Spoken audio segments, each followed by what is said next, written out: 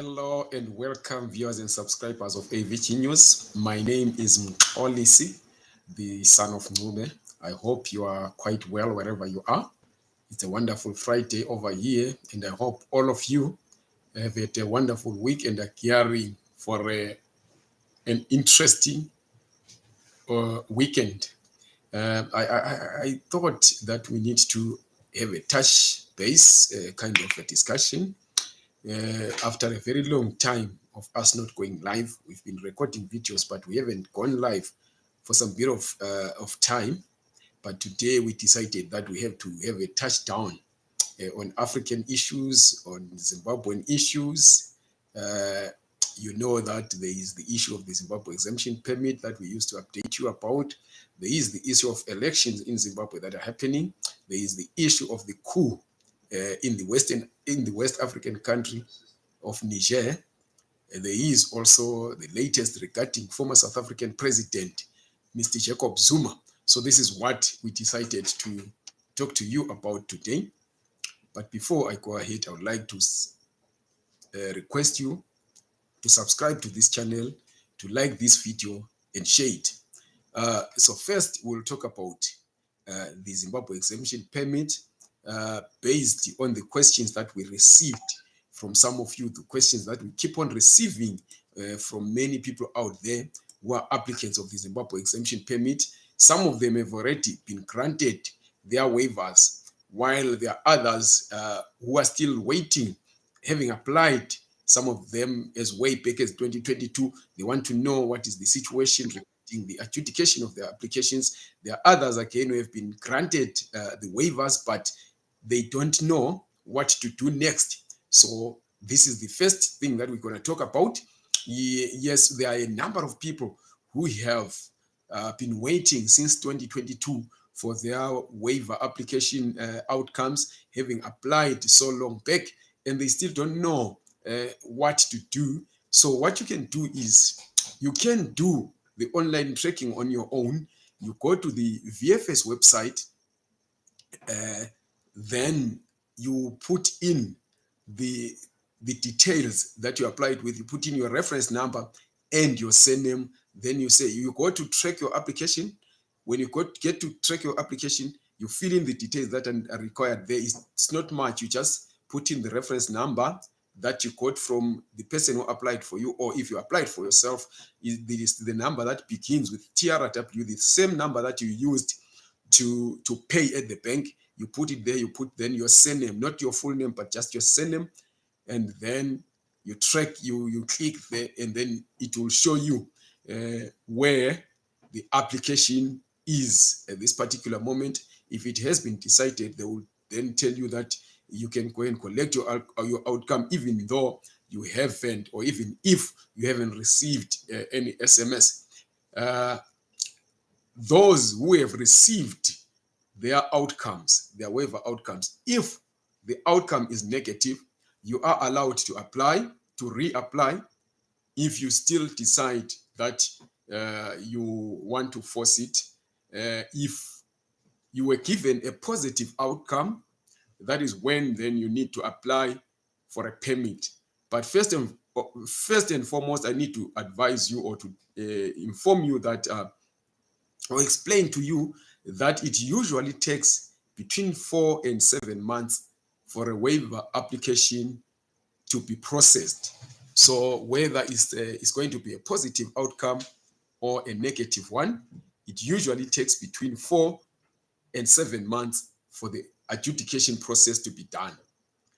So you do need to be patient a bit, because the Home Affairs or the VFS Global staff, after receiving your applications, they pass them to Home Affairs, the Department of Home Affairs, which takes the decision to either grant you the waiver or deny you the waiver.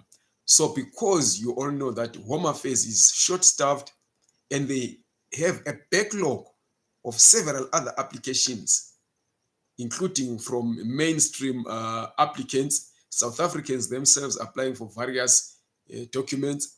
So they may take, as they have been doing in this situation, longer than the 4 to 7 months. This is why they then extend the deadline beyond the original they had set, which was June. Now they've extended to December. It's because they cannot cope. So we need to also be patient with them, but it doesn't kill for you to use the VFS global websites tracking services to try and check where your application has reached. And then if you have a positive outcome, you go ahead and apply for a permit. Now you choose from the permits that you want to apply for. If you want a business permit, you need to be running a business that is registered in South Africa and fully compliant with South African laws, paying tax and all the other stuff. If you want to apply for a general work visa, you also go ahead and apply for a general visa. The information that they need is more or less the same as the one that you filled in when you were applying for a waiver, your job details, your personal details, and all the other stuff that you filled in when you applied for a waiver. But this time, the reference that you will get, instead of TRW, which stands for temporary residence waiver, you will get a reference which begins with TRV, because this time you are not supposed to select temporary residence visa waiver, but you have to select temporary residence visa, which is what we call a permit. There are others who believe that just because you've been granted a waiver, it means you now have a permit until next year or something, somewhere there. That is not the case. The waiver is an undertaking, or it is permission for you to apply for a work visa or a temporary residence visa without meeting the immigration requirements for that particular visa. So I hope we are clear on that. Now we move on from the issue of permits to the issue of Zimbabwean elections. There is a worrying development in Zimbabwe, in the sense that we have seen a lot of political intolerance flying around from both parties. First and foremost, we had a very, very painful incident happening a week or two ago in Glenview, where members of CCC who had booked a venue for their campaign or for their rally in Glenview got there only to find that a ZANU-PF aspiring member of parliament had started what looked like a party or a gala, because there were people playing on the school on the football pitch, which the CCC members had booked. There were speakers that were connected outside, just outside the football pitch, where people were said to be dancing. There were also people drinking beer, as if they had deliberately gone there to counter the CCC rally. Now, when the CCC members got there, they told them that, no, but we booked this venue. What time are you finishing so that we can then utilize the venue? Because we cannot then go to another venue. You know that we booked this one and the police would not allow us to go to a different venue. But these ZANU-PF guys became violent. They attacked these CCC members. They stoned them. They beat them up with missiles. And while CCC members were running away, stones were thrown at them, hitting one of the CCC supporters fatally. He was hit on the head. His name is Mr.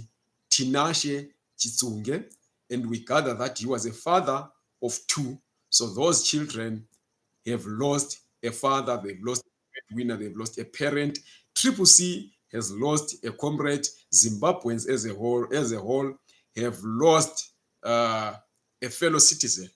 This is what we don't want to see happening. We want to exercise a culture of tolerance.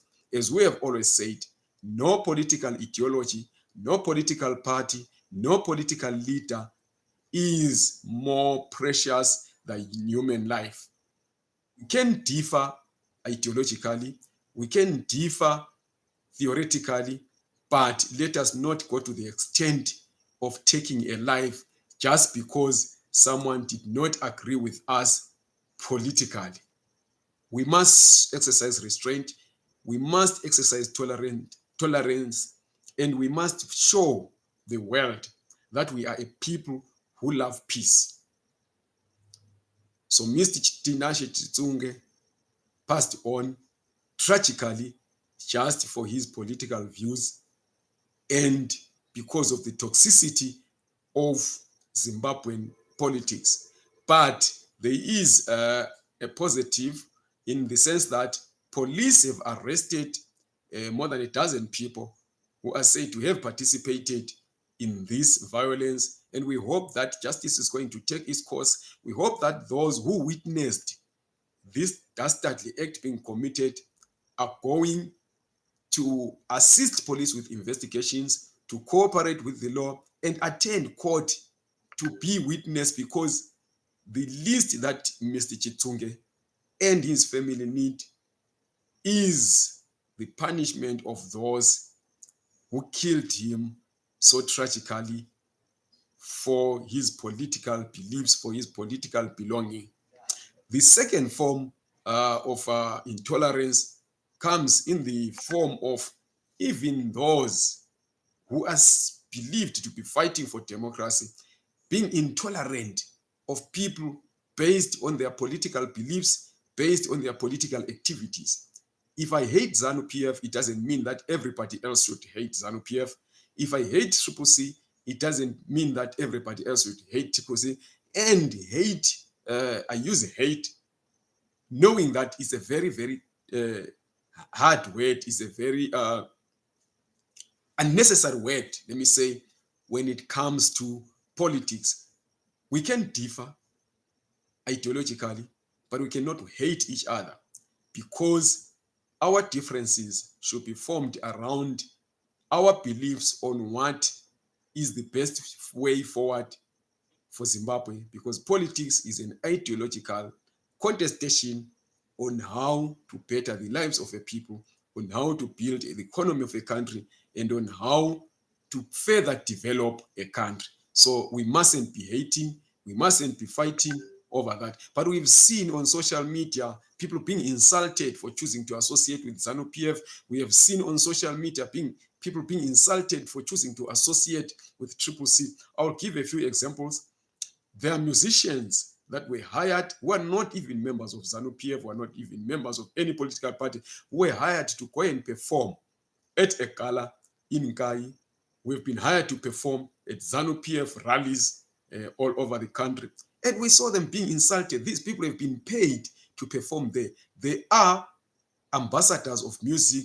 They are tradesmen in their talent. And they are doing that so that they can get money to feed their families. And then we insult them for that. There is an artist called Holy Ten. I've never listened to his music.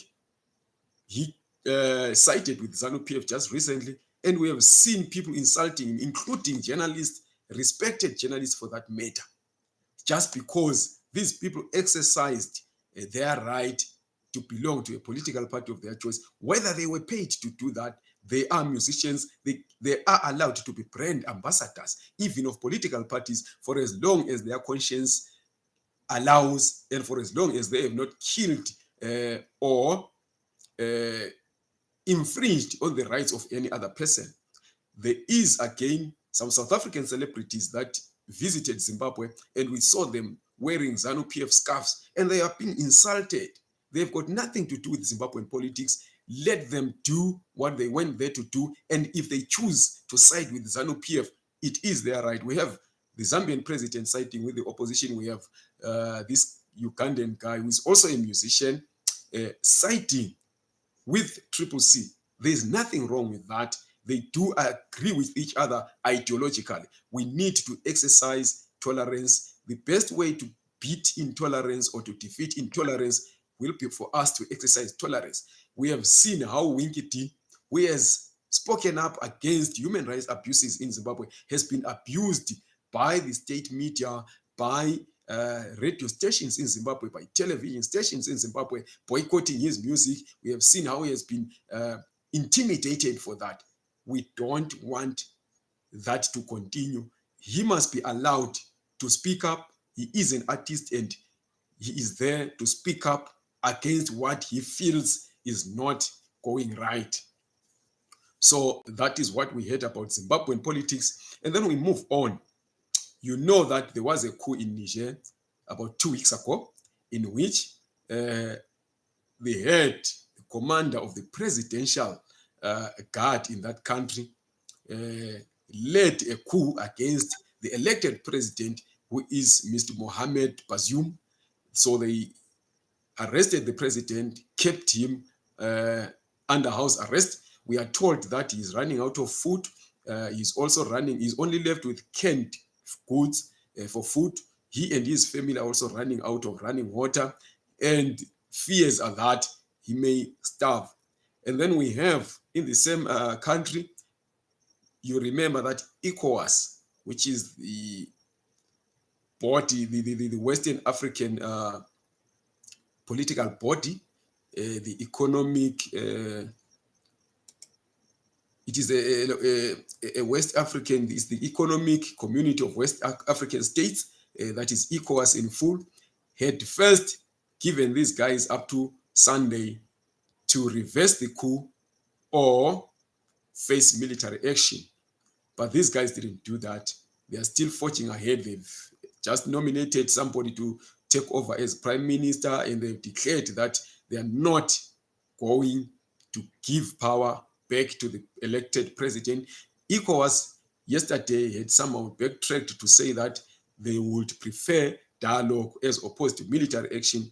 But now, later on in the day, we heard that they've activated their reserve force. They've ordered the reactivation of their reserve force in preparation for a military intervention in Niger, hitting back the coup leaders, that is the junta that is in charge of the country right now, has threatened to assassinate President Bazoum if ever they are attacked. So it is a standoff. We don't want to see any more blood being spilled. And our prayer is that at the end of the day, an amicable solution is found without any blood being spilled. You know that Mali and Burkina Faso, themselves products of a coup, have declared that if Niger is attacked, they are going to fight alongside the Niger junta. So this would lead to a lot of blood shed in West Africa, and any one person killed is one person too many. We wish that at the end of the day, constitutional order will be restored in Niger, and that the elected civilian government is allowed to take power and continue to administer that country. And then the other issue, that is our last issue, is the issue regarding President Jacob Zuma, former President Jacob Zuma, rather, of South Africa. You know that there was a case that was taken to the Constitutional Court regarding the manner in which he was released by the correctional services. But at the end of the day, today, the court, the case has been put to finality, and he has been officially granted a pardon. So he is now a free man. That is what we had for you. We'll come back again. We'll make these briefings weekly, every Friday. So I hope that you will have a wonderful weekend.